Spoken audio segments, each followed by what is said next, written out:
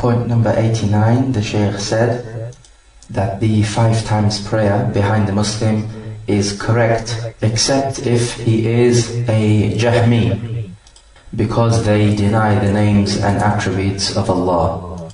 So if you pray behind him, then you need to repeat your prayer. And if you prayed behind him in Salat al-Jum'ah, then you need to repeat your prayer likewise. And if your Sultan is from the Ahl-us-Sunnah, then you don't need to repeat your prayer. End quote. The general principle about praying behind your Imam is that you must pray behind the Imam or the deputy of the Imam, no matter how evil he is, as long as he is still a Muslim. And generally speaking, prayer behind any Muslim is valid, whether it be the 5 times prayer or Salat al-Jum'ah or any congregational prayer. And if your Imam is a Jahmi, then pray behind him in order to reduce the fitna, and the correct opinion is you don't need to repeat your prayer after that. Point number 90, the Shaykh said, we believe that Abu Bakr and Umar radiallahu ta'ala anhuma are in Aisha's room with Rasulullah sallallahu alayhi wasallam. So if you visit the Prophet's grave, then you send the salam on the Prophet and then send the salam on Abu Bakr and Umar after him. And that ordering all that which is good and forbidding all that which is evil is an obligation, except with those who you fear might kill you. And we send salam on all Muslims. End quote. When the Prophet ﷺ died, the companions did not know where to bury him. Then they remembered the hadith where the Prophet said that the Prophets are buried wherever they die. So Rasulullah ﷺ was buried in Aisha's room. The grave was initially outside the masjid, but Malik ibn Abdul Walid, the Khalifa, decided to expand the masjid, and in this expansion it included the grave of Prophet ﷺ, in other words, Aisha's room. However, this action was not done with the acknowledgement of the ulama, because of course we know that graves are not to be included inside masajid. After Abu Bakr died, he was buried next to the Prophet ﷺ, and this is only fitting because he was his closest companion during the life, so let him also be his closest companion after death. Aisha radiallahu ta'ala anha wanted to be buried in the same place. However, Umar radiallahu ta'ala anhu asked her permission that when he dies, he would like to be buried with the Prophet and Abu Bakr. Aisha preferred him over herself and allowed him to be buried next to the Prophet and Abu Bakr. So the advantage of this is that now when you visit the grave, you can give salam to all 3 of them in one go. One should not make visiting the Prophet's grave as something regular that one does, because the Prophet ﷺ forbade this. He said, لا تجعلوا بيوتكم قبورا ولا تتخذوا قبري عيدا وصلوا علي إن صلاتكم تبلغني حيث ما كنتم. He said, don't make your houses into graves, meaning to say, pray in your houses and don't make them like graveyards where there is no prayer carried out in them. And then he said, do not take my grave as a place which is habitually frequented, and give your salah upon me, for your salah reaches me wherever you may be. So you don't need to be at the grave of the Prophet for your prayer to reach him. It will reach him whichever part of the globe you are in. What Ibn Umar used to do was that he would visit the grave and say, Assalamu alayka ya Rasulullah, then he would turn to his right or take a side step to his right and say, Assalamu alayka ya Abu Bakr, and then he would take a side step to the right and say, Assalamu alayka ya Umar, and then he would turn to the Qibla, not to the grave, to the Qibla, and make dua. The Shaykh went on to talk about enjoining the good and forbidding the evil. This is a major principle in Islam, and it is a characteristic and a quality of a true Muslim. Allah Azza wa Jalla says, وَلْتَكُمْ مِنْكُمْ أُمَّةً يَدْعُونَ إِلَى الْخَيْرِ وَيَأْمُرُونَ بِالْمَعْرُوفِ وَيَنْهَوْنَ عَنِ الْمُنْكَرِ وَأُولَٰئِكَ هُمُ الْمُفْلِحُونَ. He said, let there arise out of you a group of people inviting to all that which is good, meaning Islam, and enjoining al-ma'ruf, which is Islamic monotheism and all that Islam orders you to do, and forbidding al-munkar, which is polytheism and disbelief, and all that Islam forbids you to do. And it is they who are the successful. And also it should be noted that not enjoining the good and forbidding the evil is a characteristic of the munafiqun, as Allah subhanahu wa ta'ala describes them.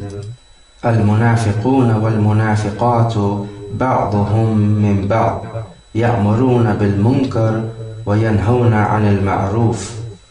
He says, the male and female munafiqun, they are from each other. They order that which is evil, and they forbid that which is good. So you can see that in the ayah it says that they do it the other way round. It should also be noted that if you enjoin the good and forbid the evil, then you have to expect some kind of resistance from the people and some kind of hardship afflicting you. Luqman told his son in the Qur''an, Ya bunayya aqim as-salata wa'mur bil-ma'rufi wanha 'anil munkar wasbir 'ala ma asabak inna dhalika min 'azmi al-umur. He said, O my son, establish the prayer and enjoin that which is good and forbid that which is evil, and be patient on that which afflicts you. Verily, these are some of the important commandments. If you do not have the authority to change the evil with your hand, then you should at least speak out against it by giving sincere advice in a nice way. And if you can't even speak out against it, because if you did so your life would be in danger, then you should at least hate it in your heart.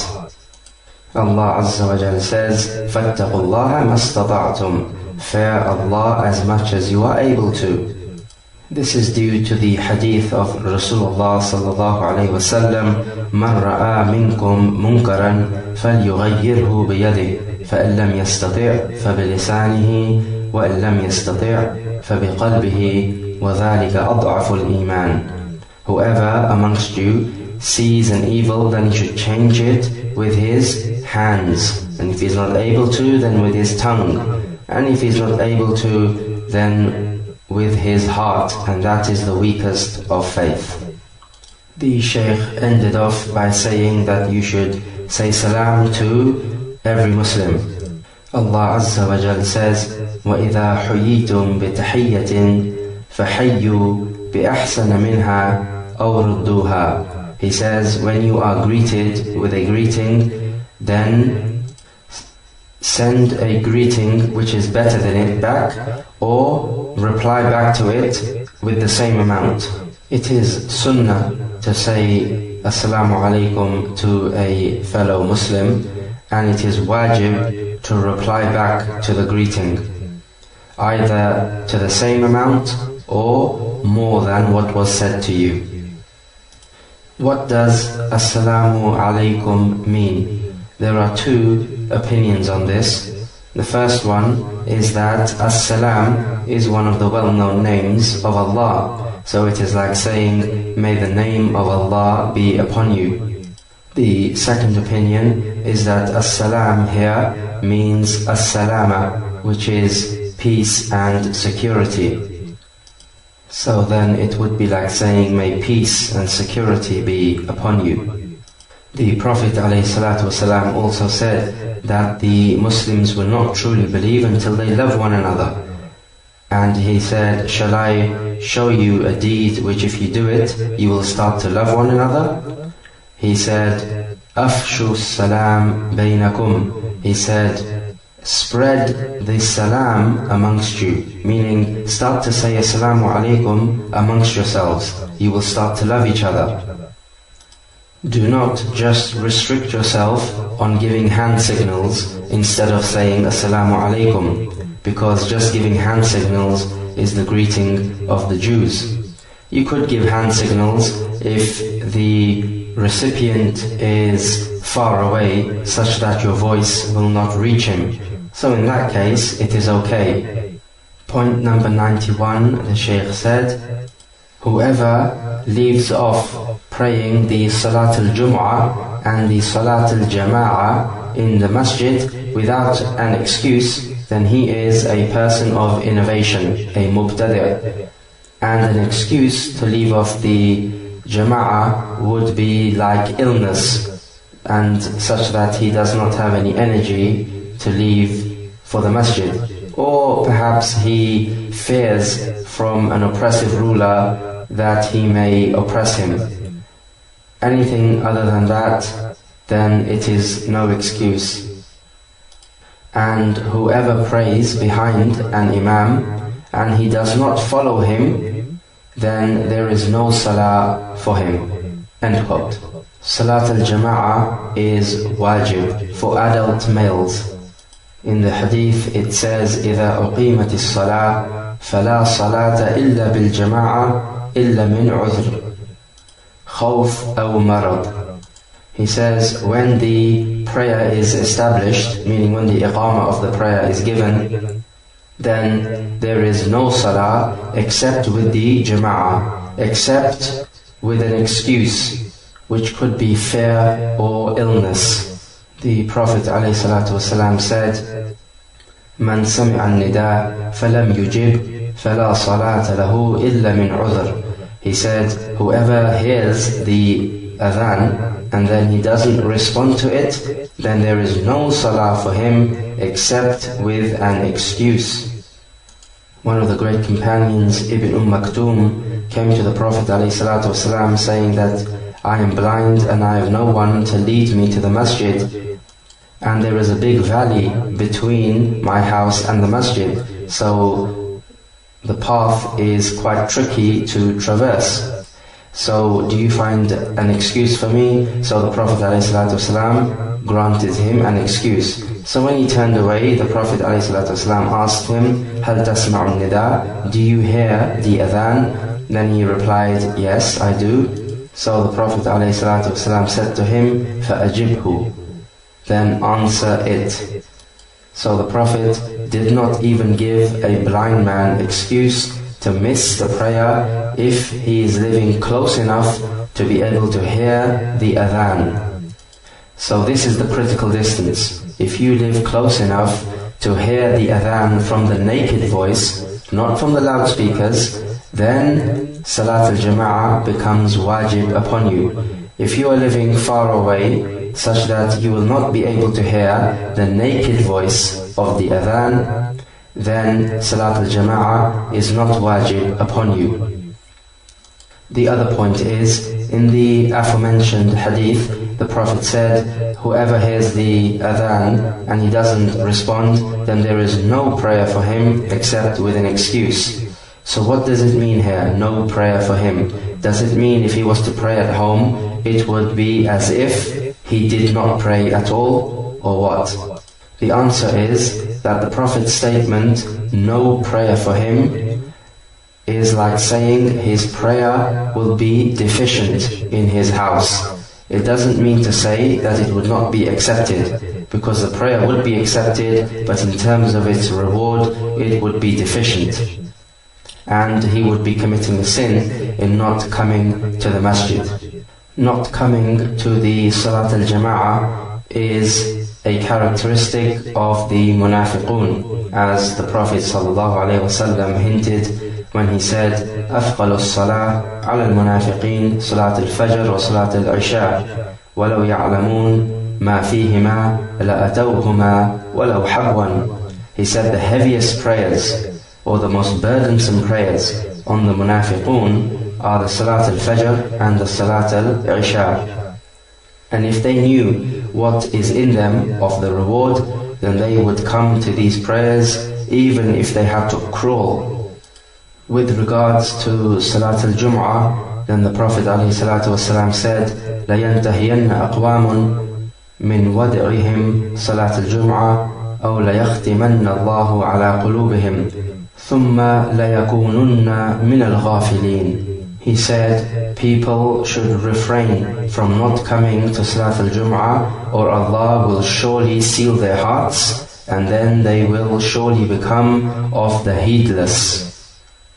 In another narration, it says, whoever misses 3 Jum'ahs out of laziness, then Allah will seal their hearts.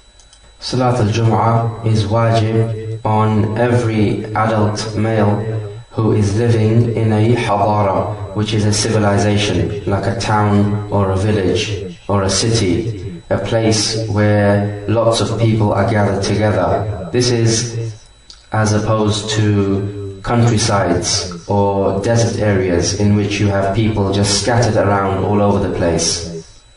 So as long as a person is living with other people in a hadara, then it is wajib upon him to attend Salat al-Jum'ah, and consideration is not given as to whether he can hear the adhan or not, but rather the consideration is given where he is living. So if he's living in a city, town or a village amongst a group of people, then Salat al-Jum'ah is wajib, whether he can hear the adhan or not. And even if he has to travel a little bit, then he has to travel.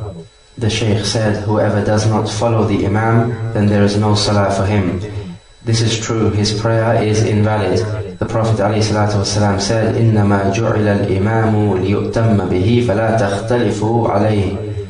The imam has only been made to be followed, so do not differ from him. So it is upon the one who is led in prayer to follow the imam movement by movement and not to differ from him. Point number 92, the Shaykh said, enjoining the good and forbidding the evil with the hand and with the tongue and with the heart without the sword. And the Muslim who has his sins concealed is the one who does not outwardly display any doubt. End quote. The Shaykh mentioned about enjoining the good and forbidding the evil, but without the sword. That's because carrying the sword against the Sultan, the ruler, is a trait of the Khawarij. Just leaving or exiting the fold of obedience from the Imam is an evil in itself.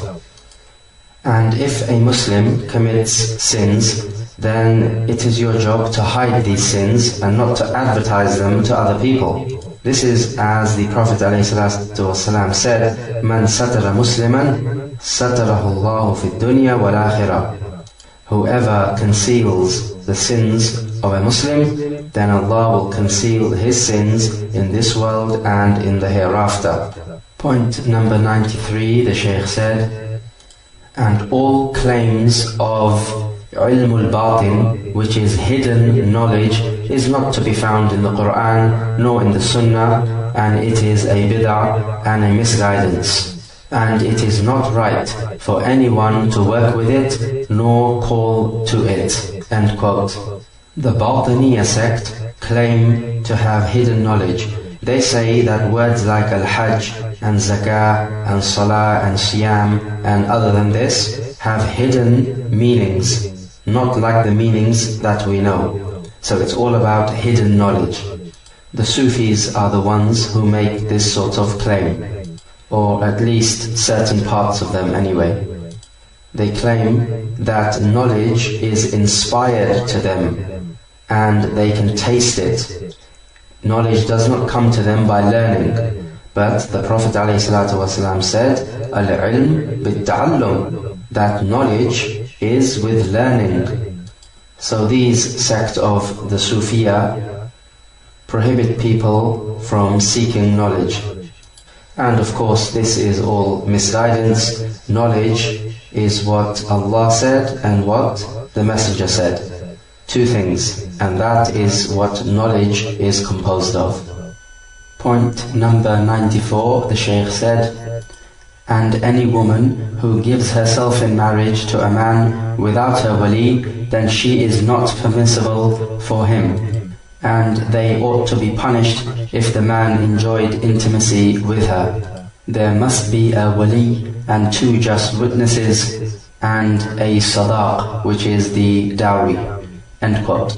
One of the conditions of marriage is that the woman must have a guardian who is a male from the father's side. The reason for this is that a woman does not have great judgment as compared to a man, and she is more easily led by emotion. This means that she is likely to choose a man who is not suitable for her nor for her family.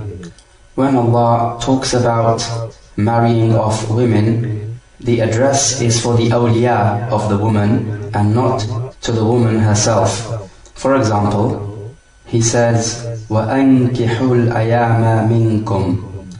It means, and marry off those who are single amongst you, meaning those who don't have a spouse. The word أَنْكِحُوا, which means to marry off, is directed to plural males, which means it is directed to the awliya of the woman. The Prophet ﷺ said, إِذَا أَتَاكُمْ مَنْ تَرْضَوْنَ دِينَهُ وَأَمَانَتَهُ فَزَوِّجُوهُ إِن لَمْ تَفْعَلُوا تَكُنْ فِتْنَةٌ فِي الْأَرْضِ وَفَسَادٌ كَبِيرٌ.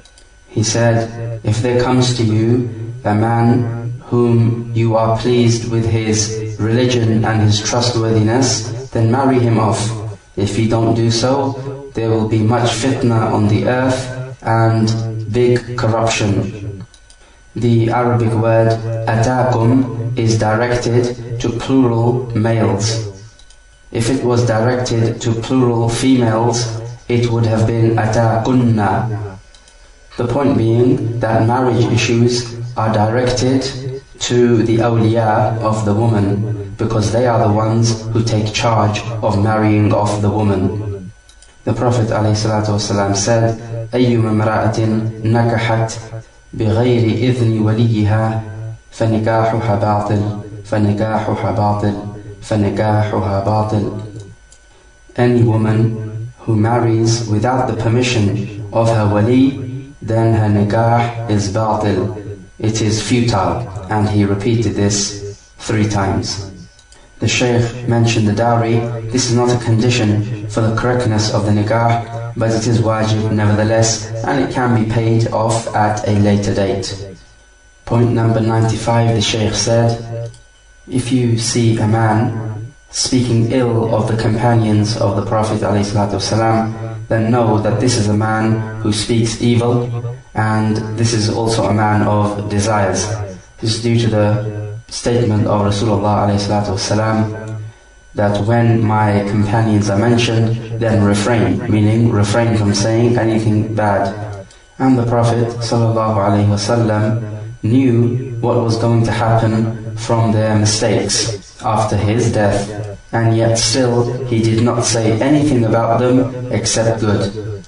And he said, leave my companions and don't speak about them except good. And also, you must not speak about anything of their mistakes or their wars between them. And don't listen to anyone speaking ill of the companions of the Prophet, because you cannot guarantee that your heart will be safe if you start to listen to these people. End quote. One of the traits of the people of misguidance is that they hate the companions of the Prophet ﷺ. If you claim that you love the Messenger of Allah ﷺ, then by necessity you have to love the companions. The companions helped him, they gave him shelter, and they really helped establish the religion of Islam in the land.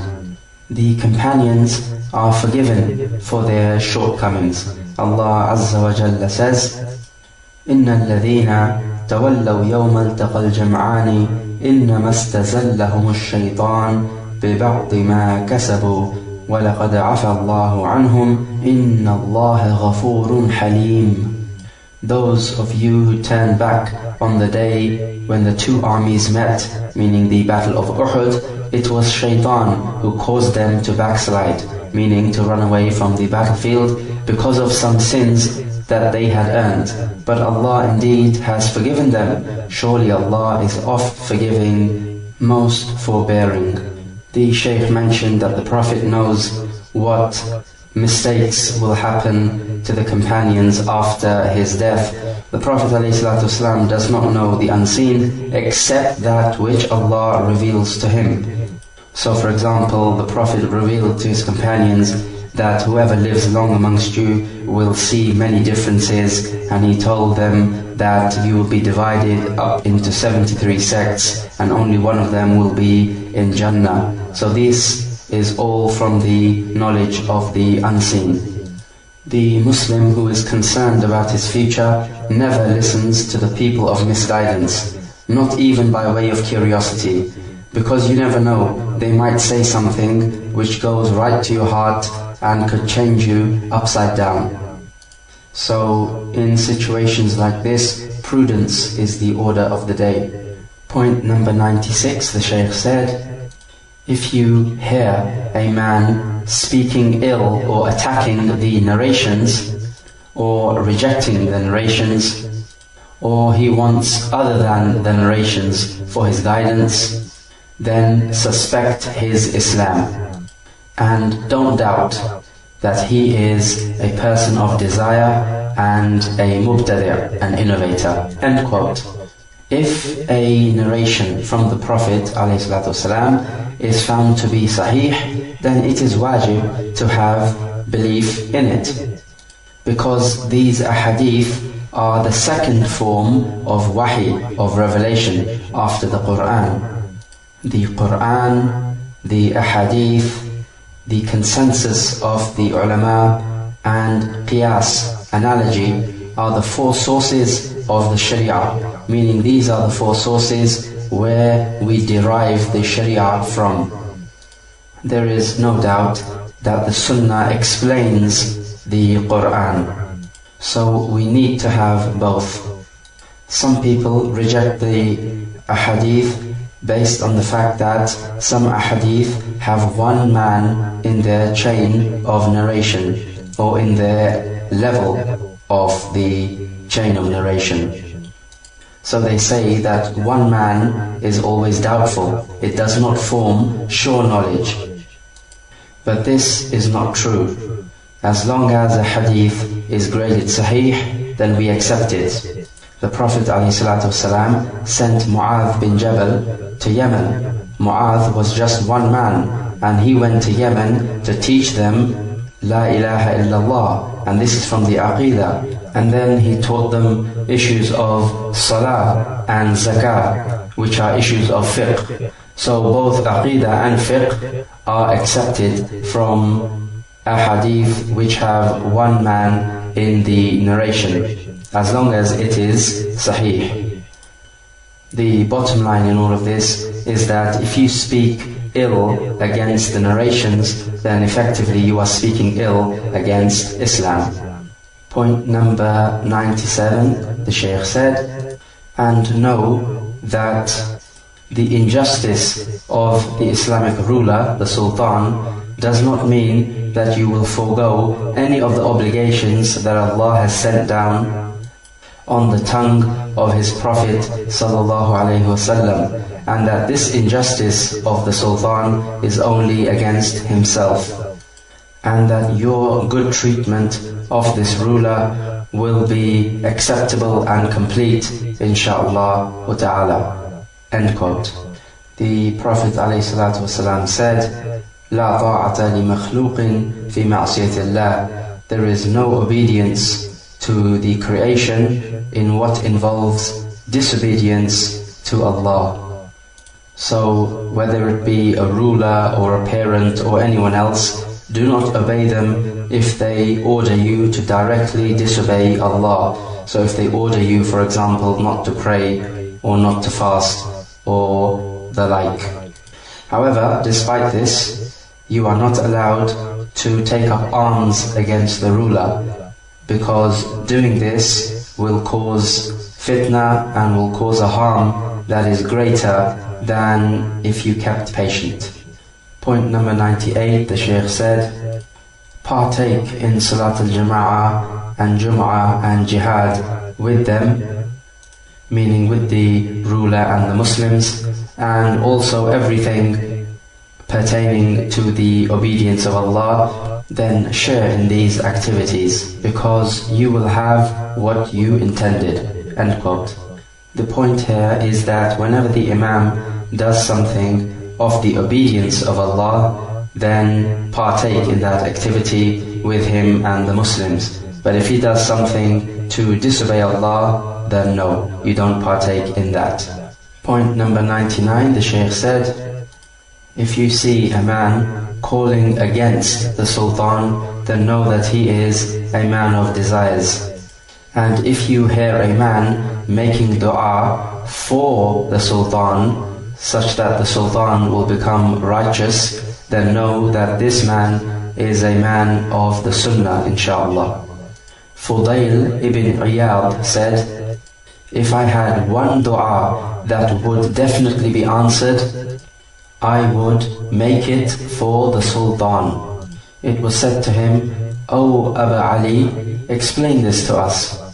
He said, if I made this dua only for myself, then only I would benefit and no one else. But if I made it for the Sultan and he became righteous, then because of his righteousness, all the other slaves of Allah would become righteous, and the country too would become righteous. So the questioner says, then he ordered us to make dua for the rulers, for their righteousness.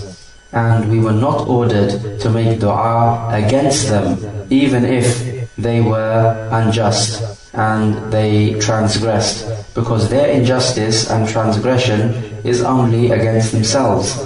But if they become righteous, then this is for themselves and the Muslims. End quote.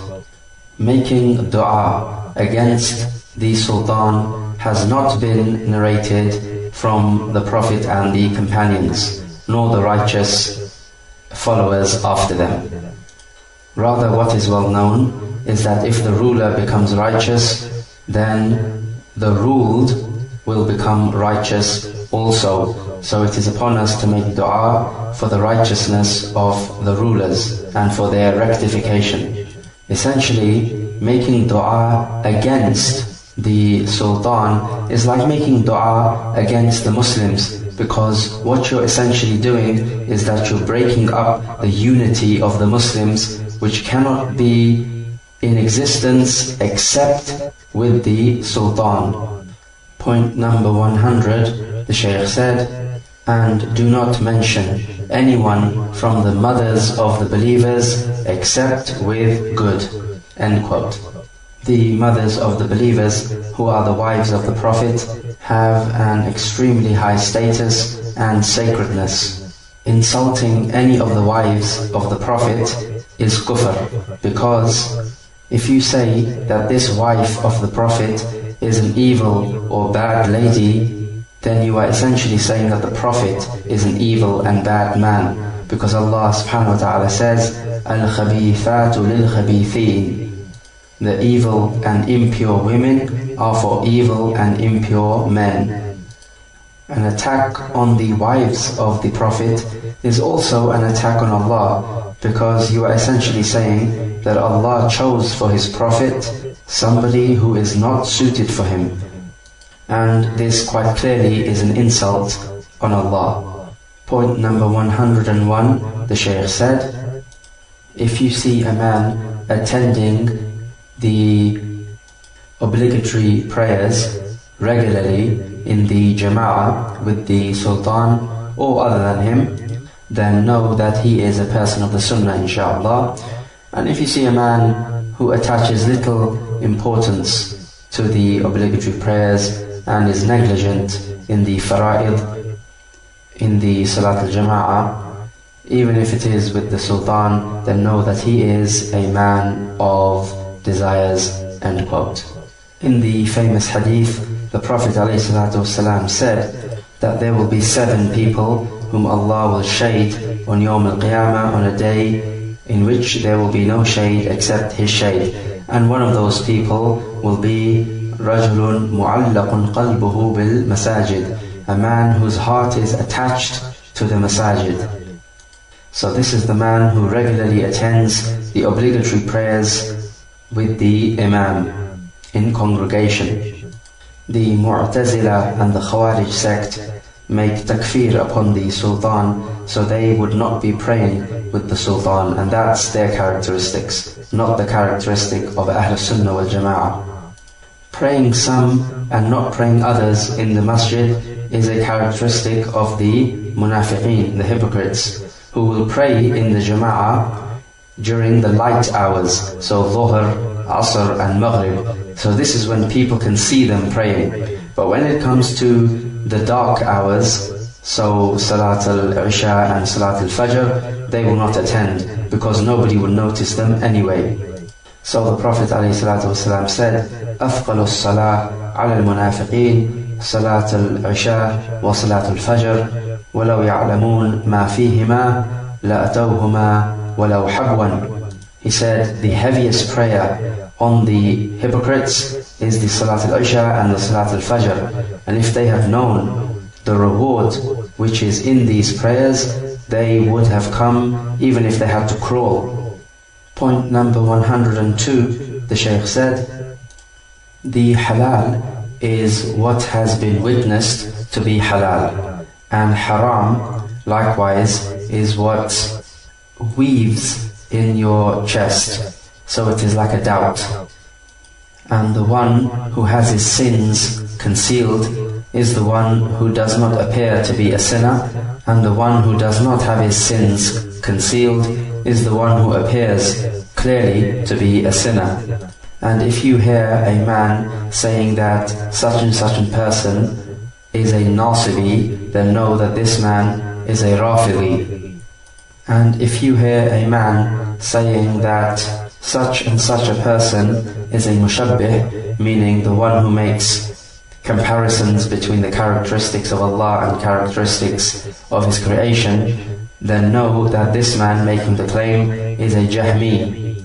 Or a man says that such and such a person is Mujbar, that he does not have any willpower himself, he is forced to do whatever he does, then know that this man is a Qadari, because these names are newly invented names which the people of Bid'ah invented. End quote. What is halal is clear, and what is haram is also clear, and between them there are the doubtful matters.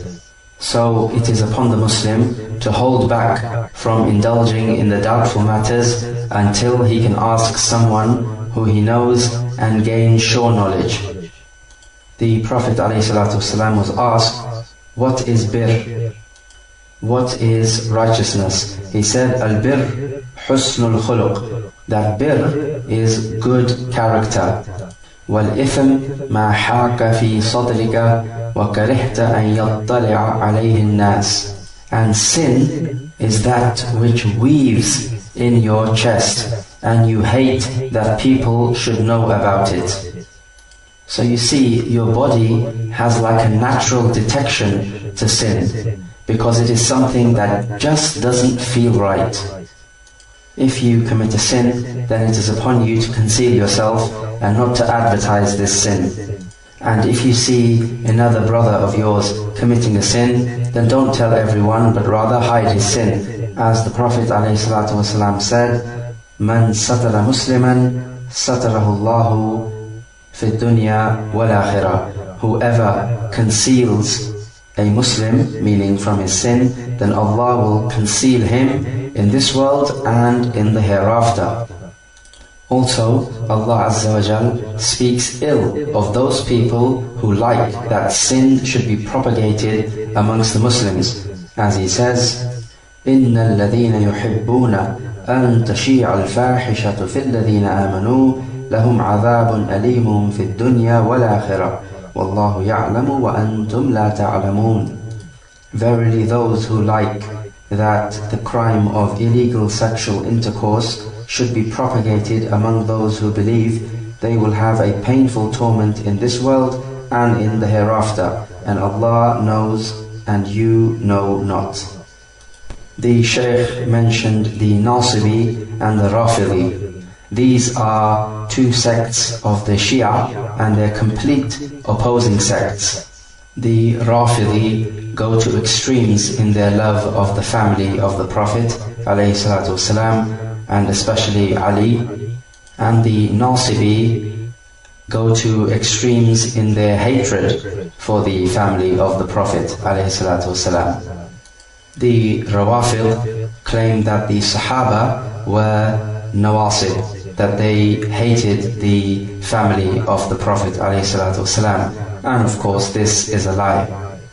The Mu'tazila sect deny the characteristics of Allah, and they say that affirming the characteristics is shirk. So upon this statement, the Qur'an came with these characteristics, so the Qur'an therefore, according to their statement, came with shirk. The Shaykh mentioned the Qadariyah. These people deny the Qadar, and that man creates his own destiny. It is not pre-written before. Some of the deviant sects also claim that Allah will punish His slaves based on the Qadr. So whatever was foreordained, if it was a sinful activity, he will be punished because of this foreordainment. But of course the truth of the matter is that Allah punishes a slave because of his actions, not because of Qadr. As for al-Sunnah wal-Jama'ah, then they affirm Qadr, which is predestination, and that Allah knows what will happen in the future, and He has written it all down. And they also affirm the characteristics and the names of Allah without resembling Him to the creation and without asking how the characteristics manifest.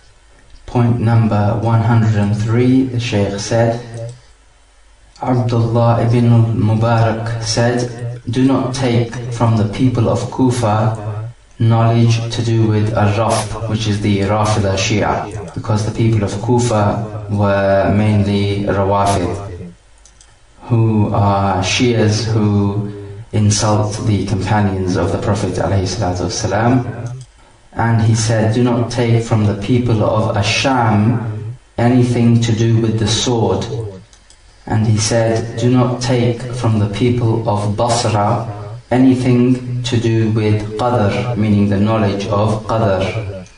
And he said, do not take from the people of Khurasan anything to do with al-Irja'. And he said, do not take from the people of Mecca anything to do with exchanging money, which is sarf in Arabic. And he said, do not take from the people of Medina anything to do with the riches of the world. End quote. This point which the Shaykh makes, point number 103, is not totally correct, and there are errors in it.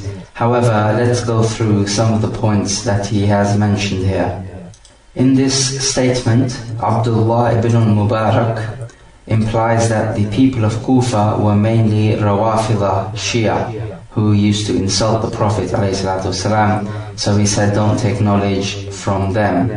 He also implies that the people of Asham are Khawarij, because he says don't take from them anything to do with the sword, meaning to say anything to do with fighting, because the Khawarij fight against the Muslim rulers, which is wrong.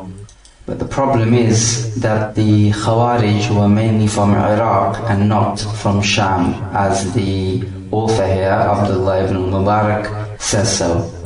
He also implies that the people of Basra don't believe in Qadr, so don't take any knowledge from them pertaining to Qadr of Allah. And he also implies that the people of Khurasan have a problem believing that actions are part of Iman. The belief that actions or your deeds are not part of Iman is called al-Irja' in Arabic. So he says, don't take from the people of Khurasan anything to do with Irja', because these people are Murji'ah and they believe that actions are not part of Iman.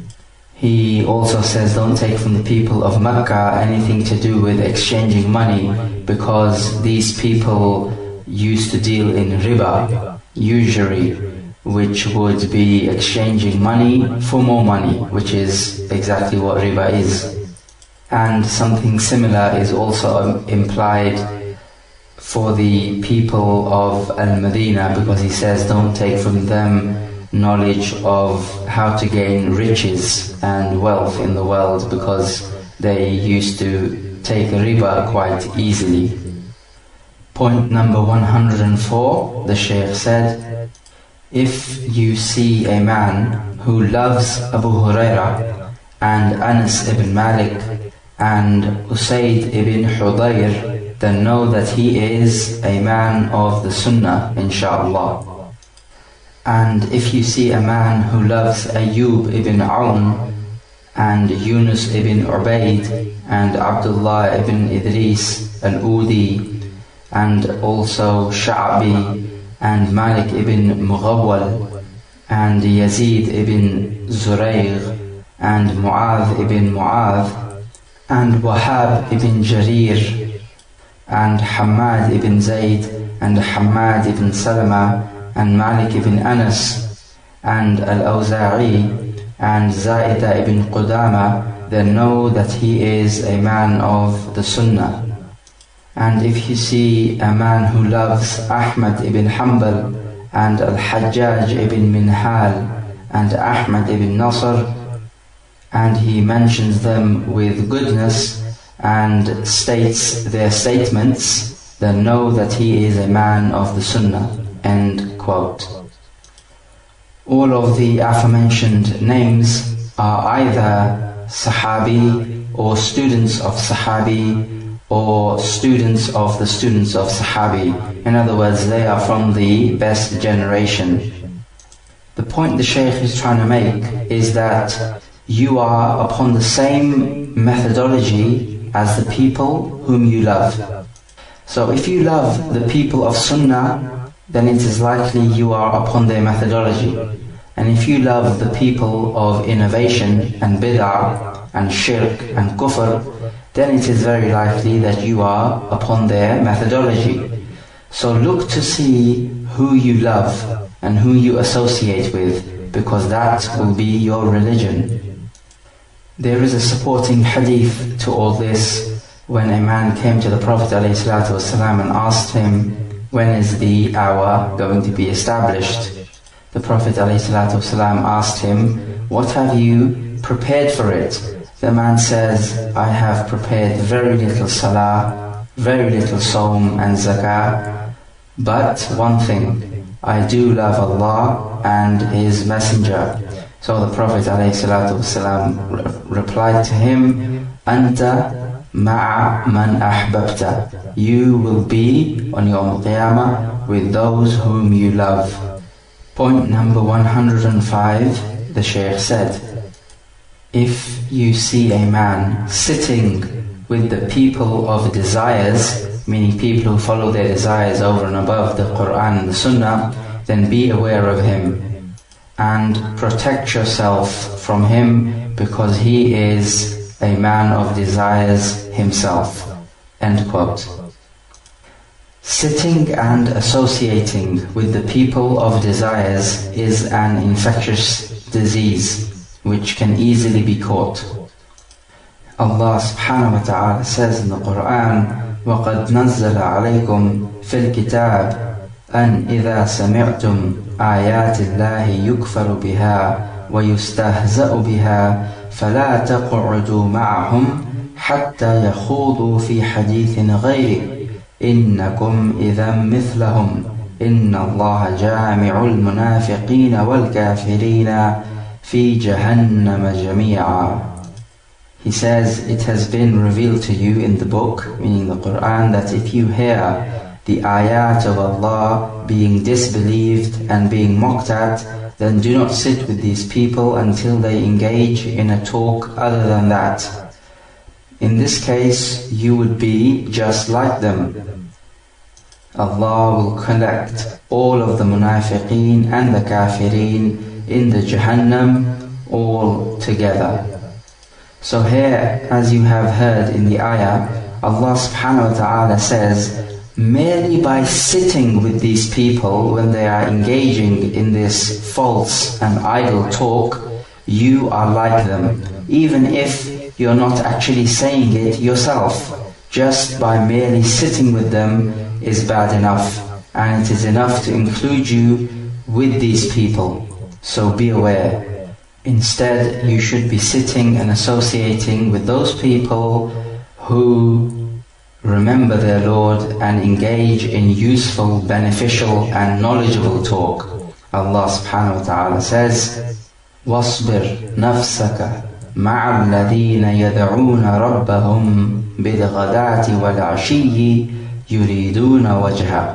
He says, keep yourself patient with those people who remember their Lord by morning and by evening, seeking the face of their Lord.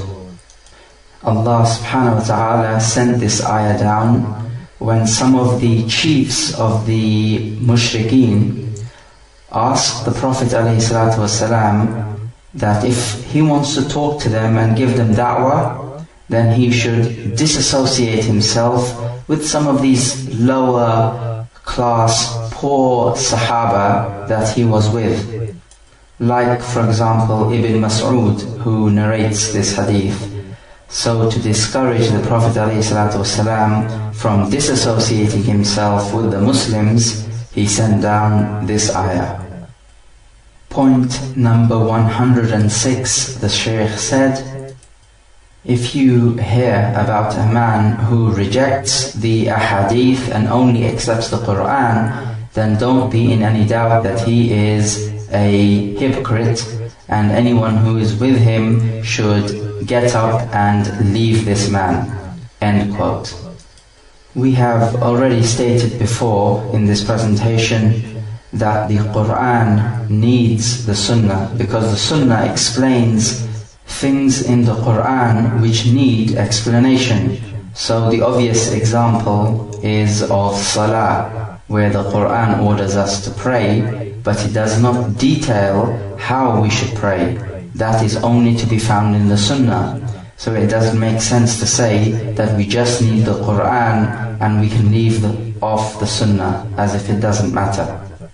The Prophet ﷺ actually warned about this, and he said that there is going to come a time when a man will be resting on his couch and he will say, we just need the Qur'an and not the Sunnah. But the Prophet ﷺ said, Ala inni utitu al-Qur'an wa mithlahu ma'ahu. He said, behold, I have been given the Qur'an and that which is like it. That which is like it means the Sunnah. Point number 107, the Shaykh said, know that following of desires is evil, and it may even lead to fighting the people of desires if need be. And the most evil of them and closest to them to kufr are the Rafidah, the Mu'tazila and the Jahmiyyah sect, these three, because they want the people to reject the names and characteristics of Allah, which is called ta'til in Arabic, and they want zandagha, which is hypocrisy. End quote. If you know what the Sunnah is and you choose to oppose it, then you are following your desires. As Allah subhanahu wa ta'ala says, فَإِن لَمْ يَسْتَجِيبُوا لَكَ فَاعْلَمْ أَنَّمَا يَتَّبِعُونَ أَهْوَاءَهُمْ وَمَنْ أَضَلُّ مِمَّنِ اتَّبَعَ هَوَاهُ بِغَيْرِ هُدًى مِّنَ اللَّهِ إِنَّ اللَّهَ لَا يَهْدِي الْقَوْمَ الظَّالِمِينَ. He says, and if they choose not to answer your call, then know that they are following their desires. And who can be more misguided than the one who follows his desires without any guidance from Allah? And Allah does not guide the transgressing people. The Shia sect and the Rawafid were founded by a Jew called Abdullah ibn Saba. The Mu'tazila sect was founded by a man called Amr ibn Ubayd, and it is also said it was founded by a man called Wasil ibn Ata. These deviant sects want Muslims to become zanadiqa. Zindiq is one who openly declares Islam, but inside he is a non-Muslim in his belief system. Point number 108, the Shaykh said, know that whoever abuses the Sahaba of Rasulullah ﷺ actually intends to abuse the Prophet himself. And whoever you see indulging in bid'ah, then beware of him. And if you see an evil person who practices sin, but he is from Sharh-us-Sunnah, then there is no problem in you associating with him and sitting with him, because his sins will not harm you in any way. And if you see a man who is really hard working in his worship and leaves off this world and the pleasures of this world, but he follows his desires, then do not sit with a person like this, and don't listen to his speech, and don't walk with him, because there is no guarantee that you won't find his methodology attractive, and hence lose out yourself by following the wrong path. Yunus ibn Ubayd, one of the early predecessors, said to his son, "O my son, that you should meet Allah as a fornicator, as one who steals, as a treacherous person, would be more beloved to me than you should meet him as a man of desires." End quote. First of all, the Shaykh mentions the point about abusing the Sahaba. We have discussed this already, but some people really want to get at the Prophet ﷺ, and to do that they go through the Sahaba. So their aim is not to abuse the Sahaba, but to abuse the Prophet ﷺ. And Allah Azza wa Jal says about these people, إِنَّ الَّذِينَ يُؤْذُونَ اللَّهَ وَرَسُولَهُ لَعْنَهُمُ اللَّهُ فِي الدُّنْيَا وَالْآخِرَةِ وَأَعَدَّ لَهُمْ عَذَابًا مُهِينًا. Truly those who annoy Allah and the Messenger, then Allah has cursed them in this world and in the hereafter, and has prepared for them a humiliating torment. The rest of the point is about comparing the people of desires, who are the people of bid'ah, and the people of ma'asi, the people of disobedience. The one who indulges in ma'asi, then that is for him. He will bear the burden and he will bear the sin. But the point here is that he can easily realize that he is indulging in ma'asi and make repentance, as opposed to the man of bid'ah, because he is believing that what he is doing is actually a righteous action. So he's not going to make tawbah. This is the big difference. So the Shaykh mentioned here is that it is better to sit with a person of ma'asi than a person of bid'ah, because the bid'ah is likely to rub off on you. Because on the outside, on the surface, a bid'ah looks like and seems like an act of worship, which may attract you. But ma'asi is ma'asi. For example, drinking wine is a sin, and we all know that drinking wine is haram, so you're not likely to do that. But as for a bid'ah, like for example somebody telling you, oh, come and join our dhikr circles where we dance around and make lots of dhikr of Allah Azza wa Jal. It looks and seems like an act of worship, but in fact it is an evil deed. The Shaykh mentioned that it is allowed for you to sit with a person of ma'asi. Yes, that is true, but we should add that it is incumbent upon you to advise him to stop his sinning, and not just to sit with him for a cup of tea and a social chat. Point number 109. The Shaykh said that, do you not know that Yunus ibn Ubayd, the man we mentioned in the previous point, already knew that the sinner could not misguide his son, but the one of desires, the man of bid'ah, is the one who can misguide his son, until he makes him into a kafir. End quote. This point here is just to emphasize again that a bid'ah is more dangerous and harmful than a ma'siyah. Point number 110, the Shaykh said, be doubly aware of who you sit with and who you listen to and who you accompany, because in our time it is as if the people are apostating. This is in the time of the Shaykh, not in our time, the 21st century. So he says it is as if the people are apostating except the one whom Allah protects. And if you see a man who is mentioning Ibn Abi Dawood al-Marisi or Thumama wa Aba al-Hudhayl or Hisham al-Futi or any one of their followers, then know that he is a man of bid'ah and be aware of him and leave him. End quote. Isn't it amazing that Imam al-Barbahaari, who died over 1101 years ago, is saying in this booklet of his that it is as if the people are apostating. If that was the case, as he felt it, over 1 millennium ago, then what do you think about the state of Muslims now, in the 21st century, in the year 2010? The general rule is that every time goes on and goes by, the fitna, the trial and tribulation, becomes ever more severe. And as the fitna becomes more severe, the more Muslims fall into apostasy.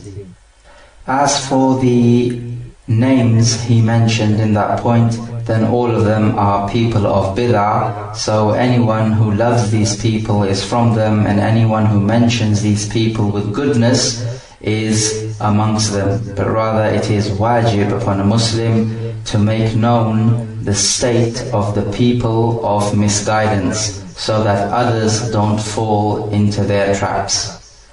Point number 111, the Shaykh said, and he is quoting another Shaykh in this by saying that this knowledge is the deen. So look to see who you are taking your deen, your religion, from. And he also went on to say, do not accept hadith except the one whose testimony is accepted in a court, because then you know that he is reliable and a just person. If he is a person of the Sunnah and he has knowledge and he is truthful, then write down the hadith from him. If not, then leave him. End quote. It is important to note in this point that we should have good opinions of all Muslims. And this is the general principle, to have a good opinion of all Muslims and to think good of them, until you have evidence that this is a person of bid'ah, in which case you advise him, and if he doesn't listen to the advice and return to the sunnah, you leave him. The other point to note here is that we should be extremely fussy about whom we take knowledge from. It should be a man of the sunnah, and it should be a learned person who has studied under shuyukh or students of knowledge.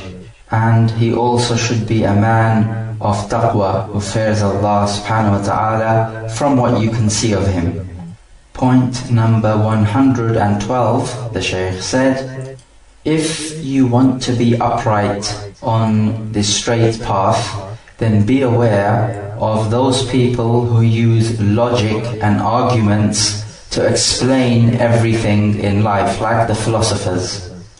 Do not even listen to these types of people, because if you listen to them, even if you don't accept what they say, it can still sow the seed of doubt in your heart. And if this happens, then this in effect is just like you accepting what they have said. And there has never been hypocrisy, nor innovation, nor following of desires, nor misguidance, except through philosophy and explaining this world through the intellect. And these are the doors to bid'ah and to doubt and the doors to hypocrisy. End quote. There are many people in this world nowadays who use intellect and intelligence and logic to explain the world, like philosophers and scientists who come out with evolution theory and all the rest of this rubbish. They say that ayat from the Qur'.aan do not constitute acceptable knowledge. Likewise the ahadith, they say it is not knowledge, but knowledge comes from the intellect. Allah Azza wa Jal says about them, مَا يُجَادِلُ فِي آيَاتِ اللَّهِ إِلَّا الَّذِينَ كَفَرُوا.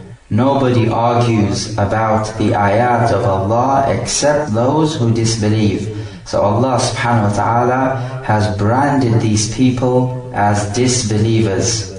Unfortunately, in this day and age, through the mainstream media, these people of misguidance are propagating their nonsense through to the Muslim households, and they have misguided very many people. وَلَا حَوْلَ وَلَا قُوَّةَ إِلَّا بِاللَّهِ. Point number 113, the Shaykh said, so fear Allah with regards to yourselves and obey the narrations and the people of narrations and the imams of the narrations.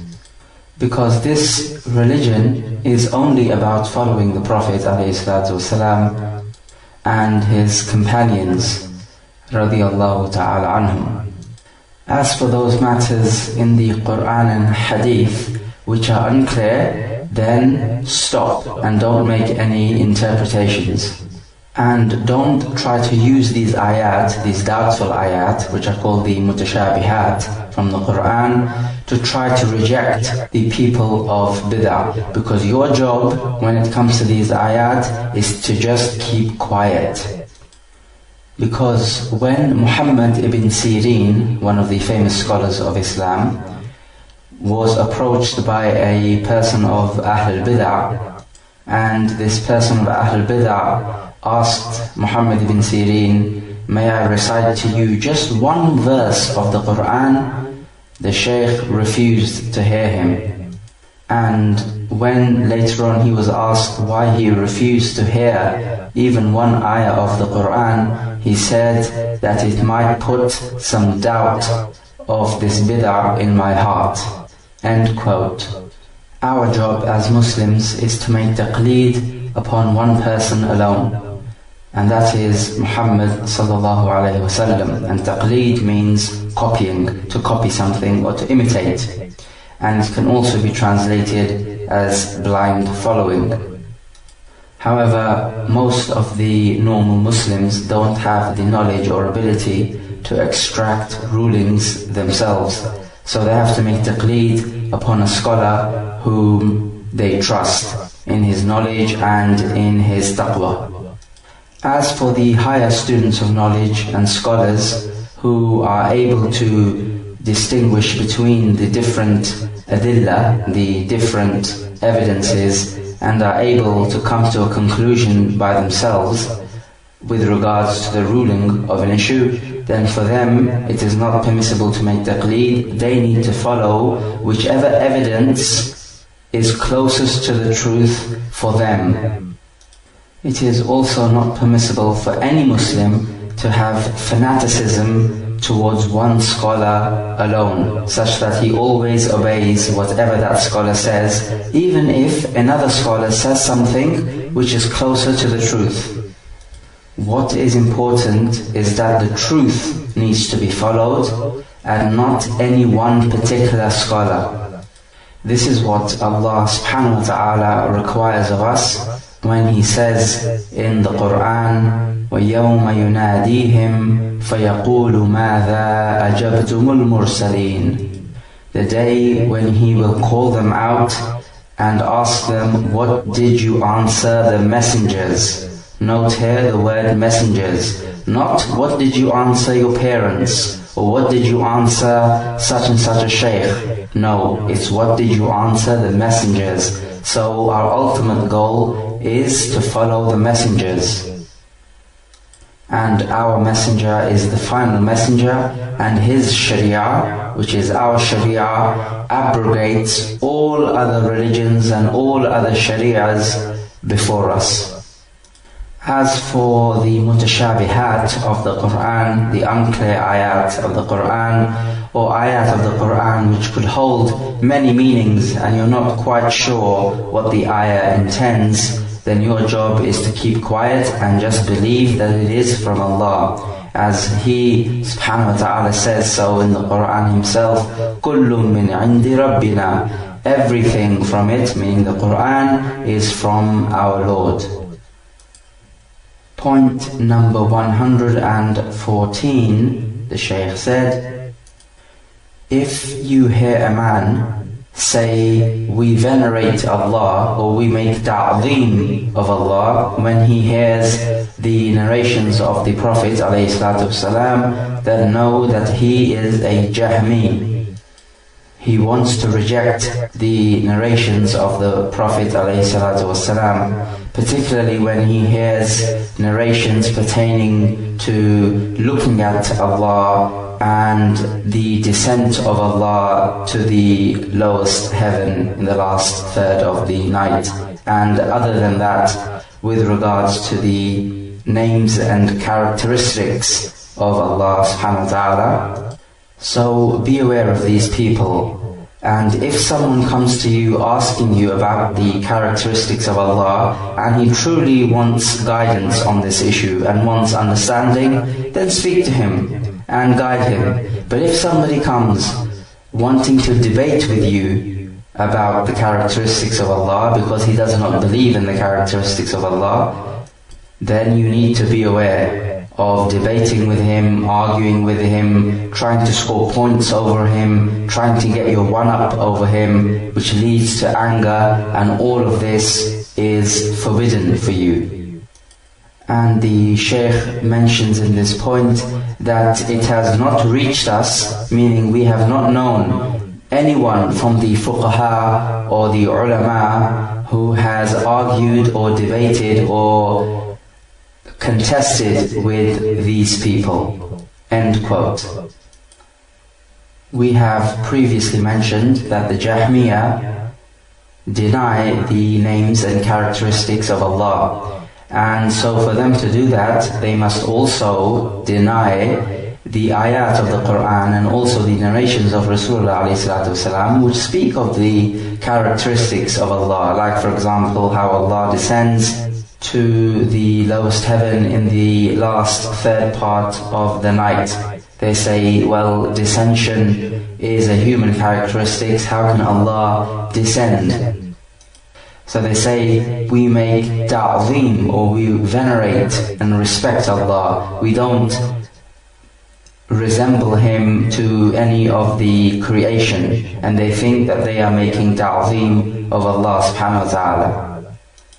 The Ahl-Sunnah wal Jama'ah accept everything from the Qur'an and the Sahih Sunnah. So if Allah Azza wa Jal descends into the last sky or heaven, or the lowest heaven in the last third of the night, then that means He descends. Now how He descends is another issue. It's something that we cannot comprehend, but we take the ahadith on their apparent meanings without interpreting them without any evidence, meaning false interpretation, because you can have acceptable interpretation as well, which is based on evidence, not on your desires, like what the Jahmiyyah do, and all other people of bid'ah for that matter. The Shaykh mentions the point on debating. Debating is of two types. Type number one is when two people come together who are disagreeing with each other, and they want to speak on an issue in which they disagree on, and they want to arrive at the truth. They don't want to score points over one another, and they don't want to show their ego to one another. This type of debating is good debating and acceptable. Allah subhanahu wa ta'ala says, "Ud'u ila sabili rabbika bil-hikmati wal-maw'idhati al-hasana wajadilhum billati hiya ahsan." And invite to the way of your Lord with wisdom and goodly preaching, and argue with them in a way that is better. So, two people debating in order to arrive at the truth, that is okay. But the debating which is mentioned in this point is of the second type. Two people who disagree on an issue, they come together and they want to score points over one another, and they want to prove that one is better than the other. And they both have a closed mind towards each other, so they're never going to accept each other's viewpoints, come what may. This type of debating is forbidden. None of the ulama have done it, so we are even more worthy not to do it. And in the previous point, the example of Muhammad ibn Sirin, who refused even to listen to one ayah of the Qur'an, is a shining example of this. Point number 115, the Shaykh said, a man came up to al-Hasan, and what we think is that he means al-Hasan al-Basri, and he said, I want to debate with you in the religion. So al-Hasan replied, I know my religion, and if your religion is lost from you, then go and find it. And also the Prophet ﷺ heard from his room two men arguing about the book of Allah. One of the men saying, doesn't Allah subhanahu wa ta'ala say in the book such and such? And then the other man replied in the argument, yes, but doesn't Allah subhanahu wa ta'ala say in his book such and such? So the Prophet ﷺ came out very angry indeed. أَبِهَذَا أَمَرْتُكُمْ, is this what I have ordered you? Or he said to them, أَبِهَذَا بُعِثْتُ إِلَيْكُمْ, is this what I have been sent to you for? أَن تَضْرِبُوا كِتَابَ اللَّهِ بَعْضَهُ بِبَعْضٍ, that you should argue about the book of Allah, and he forbade them from doing so. And also in the narration it has been mentioned that he said that the people before you were destroyed because they used to argue about their scriptures. End quote. Arguing about certain verses of the Qur'an when you have not fully studied the whole Qur'an, or arguing about the mutashabihat of the Qur'an, is from the way of the people of deviation, which is why the Prophet ﷺ became very angry. Ayat of the Qur'an must only be explained by those scholars who are well versed in the Qur'an and have studied the Qur'an thoroughly in accordance with the understanding of the Sahaba and the students of the Sahaba. Would you accept medicine from a man who is not a qualified doctor? That will at most damage your body. So why accept any knowledge from a man who is not a qualified scholar in Islam? That will damage life of this world and the life of the hereafter. Point number 116, the Shaykh says, Abdullah ibn Umar radiyallahu ta'ala anhuma used to hate debating in the religion, and also Imam Malik ibn Anas and those scholars before him and after him up until this day of ours. The statement of Allah is bigger and more important than the statement of His creation, and Allah says, مَا يُجَادِلُ فِي آيَاتِ اللَّهِ إِلَّا الَّذِينَ كَفَرُوا, that nobody argues about the ayat of Allah except those who disbelieve. And a man came up to Umar ibn al-Khattab once and he asked him, what is the meaning of the ayah of the Qur'an, وَالنَّاشِطَاتِ نَشْطًا? Umar replied to him, if you had been from the Khawarij, I would have struck your neck, meaning I would have killed you. Because the Prophet ﷺ said that the believer does not argue, and I will not intercede for the one who argues about the religion on Yawm al-Qiyamah. So leave out arguing, because there is very little goodness in it. End quote. A person asking questions because he wants to know the truth is fine, and there's nothing wrong with that. In fact, asking questions is one of the ways of seeking knowledge. But in this case, and in this point, when the man asked about the ayah of the Qur'an to Umar ibn al-Khattab, وَالنَّاشِطَاتِ نَشْطًا, the meaning is very clear. This man simply wanted to argue about this ayah. It means by those angels who take out the soul slowly and in a gentle fashion. It is opposite to the preceding ayah, وَالنَّازِعَاتِ غَرْقًا, those angels who take out the soul in a rough manner. So the meaning is clear to the Arabs, but this man merely wanted to argue and give Umar ibn al-Khattab a hard time. This deen of ours is not about debating and arguing. It is about seeking knowledge and acting on it and teaching it to others. In this narration there is also evidence that the Khalifa of the Muslims is allowed to kill the Khawarij, and we take this from the statement of Umar, had you not been a Khawarij, I would have struck your neck. Point number 117, the Shaykh said, it should not be said about a man that he is a person of the Sunnah until all the qualities of the Sunnah can be seen in him. Abdullah ibn al-Mubarak said that the root of the 72 deviant sects is desires. He says there are 4 main sects, and from these 4 branch out 72 different sects. The 4 main sects which he mentions are the Qadariyah, the Murji'ah, the Shia and the Khawarij.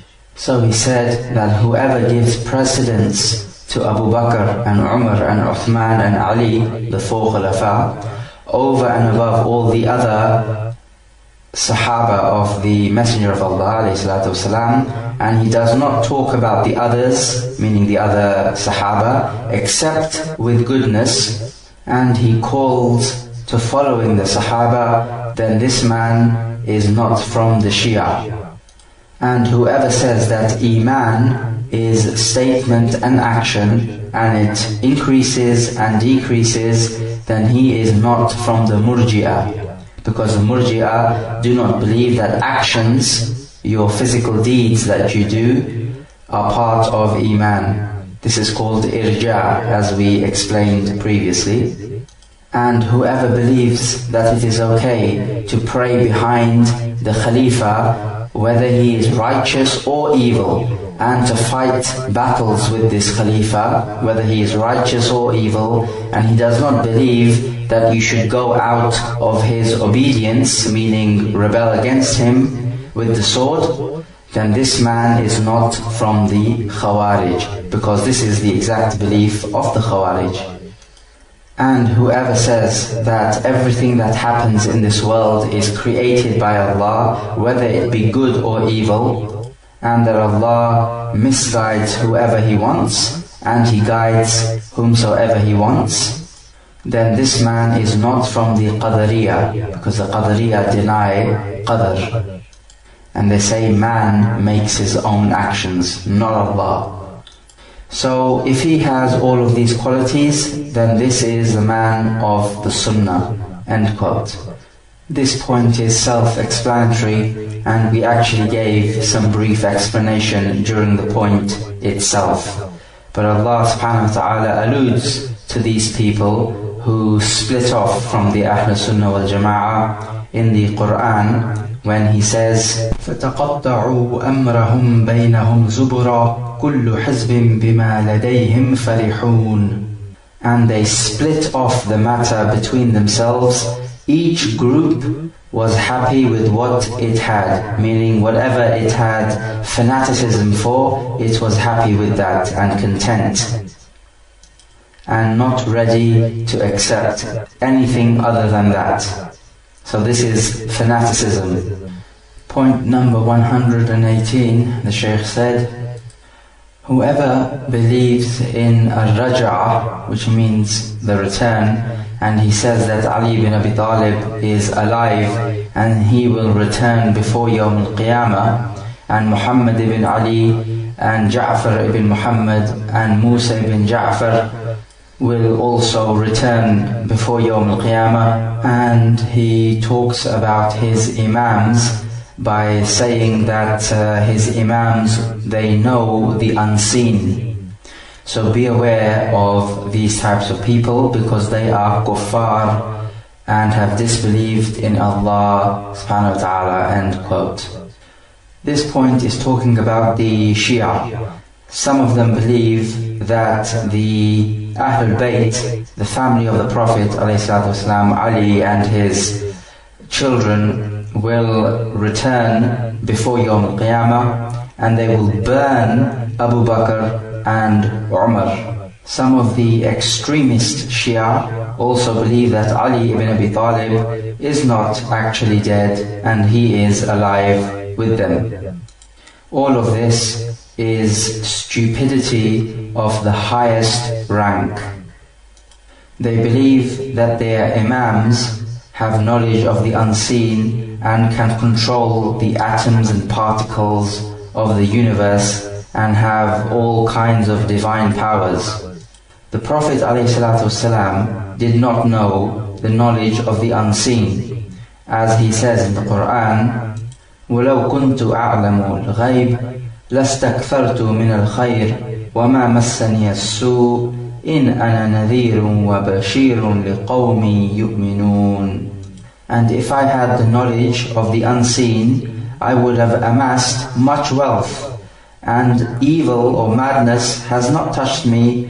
I am just a warner and a giver of glad tidings to those people who believe. So the Prophet ﷺ did not know the unseen, and there are many other ayat in the Qur'an that prove that nobody knows the unseen except Allah, and that these Shias are now claiming that their imams know the unseen. So the Shaykh said that this is a bid'ah that appeared in his time, and it is kufr.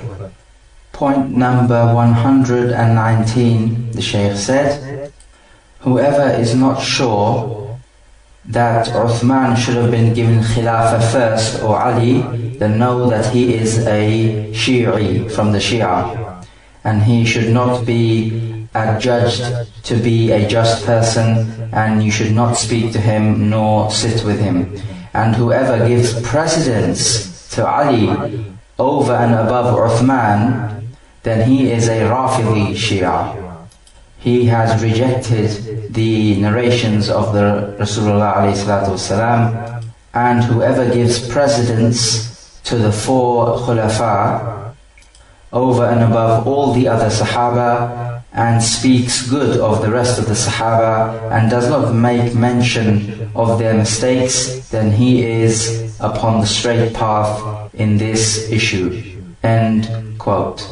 This point is talking about the Khilafah, who should be the Khalifa, the first Khalifa, second, third and fourth.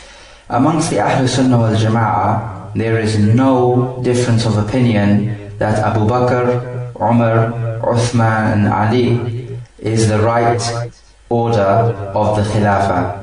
There is just some difference of opinion amongst the scholars of Ahl-Sunnah wal Jama'ah as to who is more virtuous, Uthman and Ali. But as with regards to the Khilafah, there is no difference of opinion. It's just the Shia causing their nuisance. Point number 120, the Shaykh said, the Sunnah is that you should bear witness of those 10 whom Rasulullah ﷺ bore witness that they are in Jannah. And also that you should not send as-salah by saying Sallallahu Alaihi Wasallam except to the Rasulullah ﷺ and his followers only. And know that Uthman was killed in an act of oppression, and that his killer was an oppressor. So whoever acknowledges what is in this book and believes in it and takes it as an imam, as something to be followed, and does not even doubt one letter from it, then he is from the people of the Sunnah and the Jama'ah. And whoever denies one letter from the book, or even doubts in one letter of the book, then he is a person of desires. Likewise, whoever doubts in even one letter of the authentic Sunnah, then he will meet Allah as a beliar. So fear Allah and regularly check your iman. End quote. This point talks about sending as-salah on the Prophet ﷺ. The Prophet ﷺ said, Al-Bakhil man dhukirtu indahu wa lam yusalli alayya, that the miser is the one whom I am mentioned in his presence and he does not say Sallallahu Alaihi Wasallam in response to it. Allah subhanahu wa ta'ala orders us in the Qur.aan, and an order means that something is wajib when He says, Inna Allaha wa malaikatahu yusalluna ala al-nabi ya ayyuhalladhina amanu sallu alayhi wa sallimu taslima. He says, truly Allah and His angels send their salah on the Prophet ﷺ. So, O you who believe, send your salah and salam on him.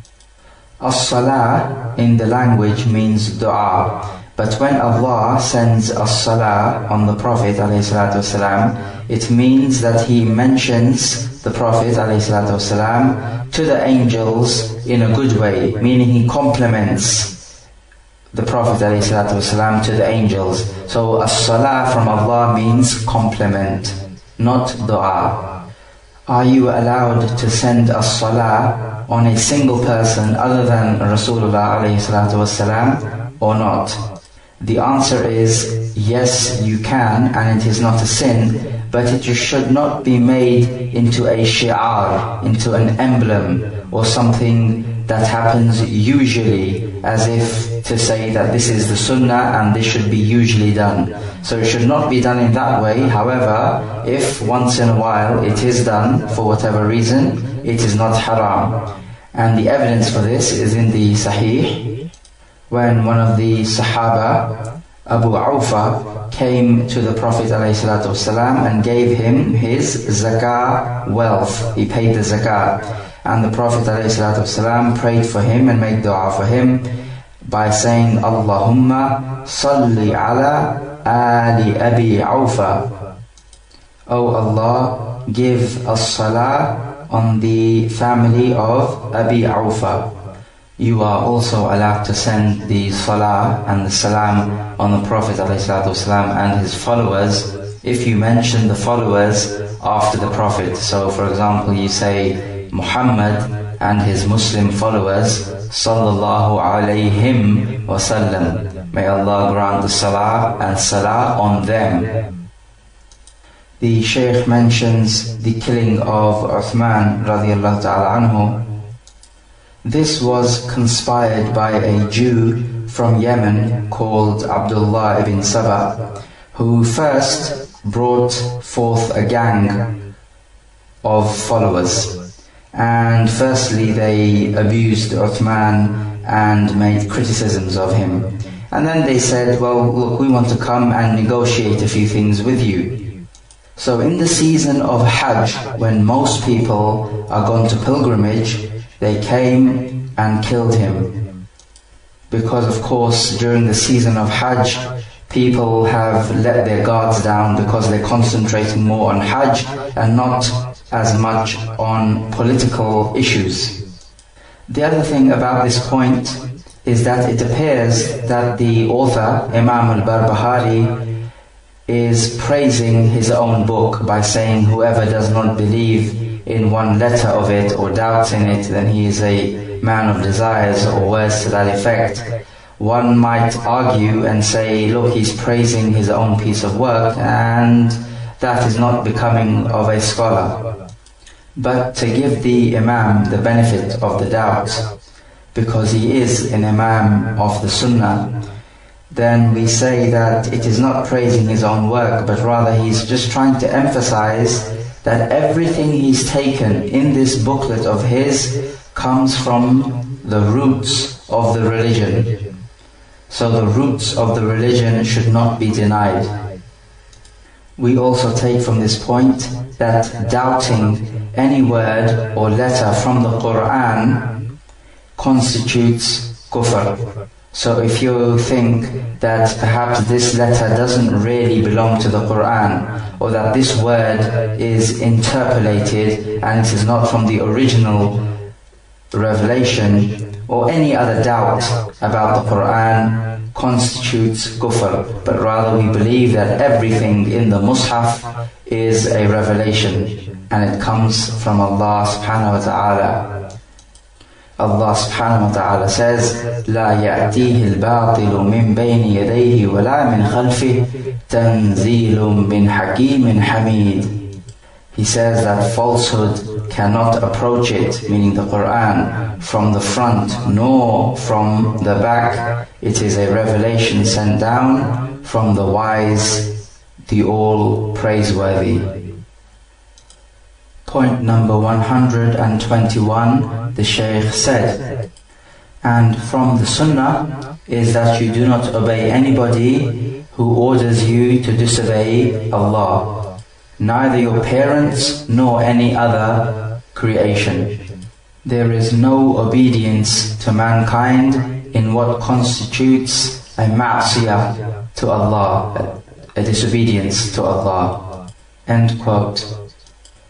This point is quite straightforward, that you do not obey anyone who tells you to disobey Allah, because the rights of Allah supersede all other rights that any human or animals have over you.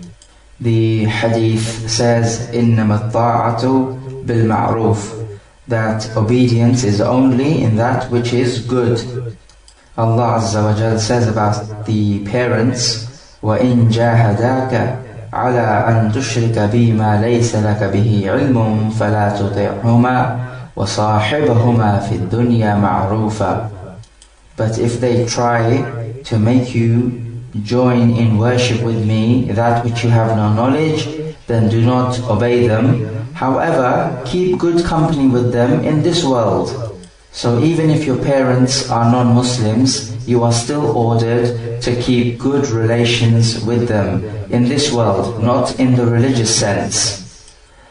Because you are only to love the mu'minun and you are to hate the kafirun, whether they be your parents or otherwise. However, keeping good company and ties of relations with them does not negate the fact that you hate them as disbelievers, because one is the action of the limbs when you keep good ties with them, and the other, which is hate for the kuffar, is the action of the heart, and they are two separate entities.